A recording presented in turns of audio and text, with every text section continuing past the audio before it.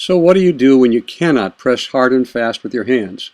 Suppose you can't get down on the floor, or you can't press the chest because of a problem with your hands or arms, or the chest is just too stiff, or you're just too tired from having tried. In that case, consider an alternative. And the alternative we recommend is using your foot. It's called pedal chest compressions. Before you begin performing pedal chest compressions, you need to get your shoe off. And actually, it would be a good idea to get both of them off just in case you need to switch legs. One of the reasons you would consider performing pedal compressions, as we said, instead of manual, is that you cannot get down on the floor. This would also pose a problem when trying to determine whether the person is non-responsive or not. So you just have to use your feet. Hey, are you all right? You can check for normal breathing by using your eyes and ears. You'll want to have something to hang on to handy, a chair, a walker, a table, a door frame, whatever might be handy. If you cannot get down enough to get the clothes off the victim's chest, you're going to have to use your eyes and foot to find the CPR spot. Here are some clues. The CPR spot is always on the center line. The CPR spot is an inch or two below the top of the inside of the armpit. The heel is going to have to go on the middle bottom third of the breastbone. Make sure you know where the bottom of the breastbone is. There it is. Make sure you don't put any pressure on the bottom of the breastbone. Well, now you know you have a non-responsive, not normally breathing victim on the floor and you need to begin chest compressions.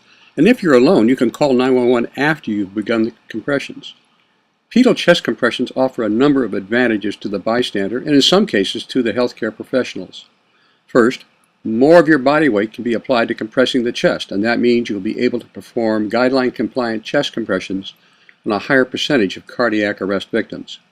Second, you will have greater endurance. You will be more likely to be able to perform good compressions until the ambulance arrives and the crew takes over.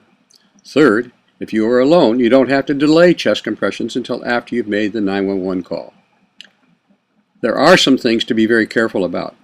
Number one, getting full recoil is very important in both pedal and manual chest compressions. You don't want to completely lift the foot off the chest, you'll tend to lose your place. But it's important to get almost all the weight off the chest. A good test is whether someone can pull a piece of paper out from between your hands or foot and the victim's chest at the top end of the stroke. If they can do that, you're doing fine. If the paper tears or doesn't come out, neither you nor the victim are doing fine. The second thing that's very, very important is the foot you are standing on has to be by the victim's head. In fact, the toes should be by the ear. The reason for this is that when you stand that far back from the CPR point, it'll keep the ball of the active foot in the air above the bottom of the breastbone so that you don't accidentally snap off that little piece of cartilage from the bottom of the breastbone. For more information about SLIC, visit slic.org on the web.